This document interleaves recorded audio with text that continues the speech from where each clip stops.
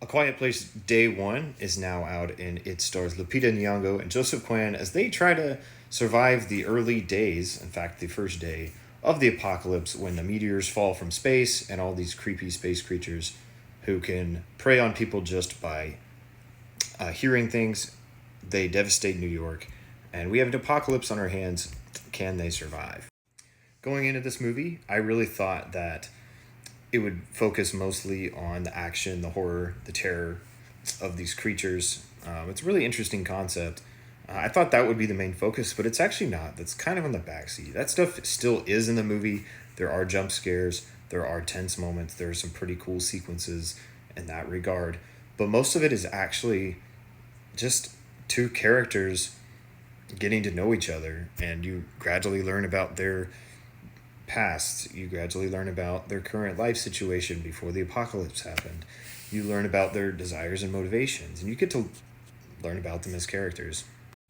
The characters are written pretty well. I enjoyed learning about them. I thought they were performed really well. Lupita Nyong'o, obviously, like an award-winning actress. Joseph Quinn also is kind of a fan favorite, and he's a good actor, and I think his career is really starting to pick up. Great casting, and yeah, those moments that slowed the movie down, I think, were emotional, and I think that they had good intentions with that. And the ending is pretty satisfying. I think that the character arcs come to pretty good completion. So, in that aspect, I think the writing is pretty solid. However, I think the execution of how these scenes play out kind of seems a little cheap and uncreative. And what I mean by that is when it rains, it like makes noise, right? And thunder and all of that. So basically, they're just having like normal talking scenes without like worrying about stuff for like a lot of the movie.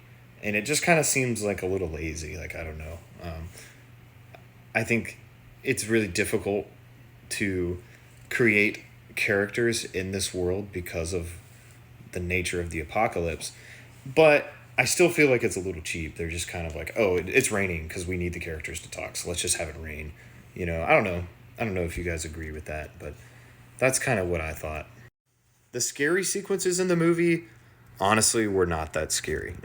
They were pretty much just random jump scares that you could see coming, so it wasn't anything like groundbreaking.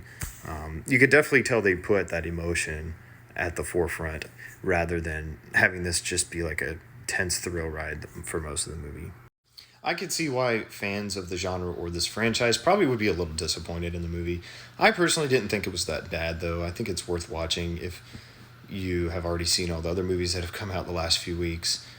I think you'll enjoy it, but it's not going to be like anyone's favorite movie, I think. But I'd say it's worthy of being part of this franchise. It has the same tone. I think it has some pretty creative scenes that are tense, but for the most part, it's more of an emotional character type movie, which I was surprised. But yeah, overall, I'd probably give it a 7 out of 10. And it's a pretty quick movie, under 2 hours, so that also improves my recommendation of the movie. But yeah, that's A Quiet Place Day One.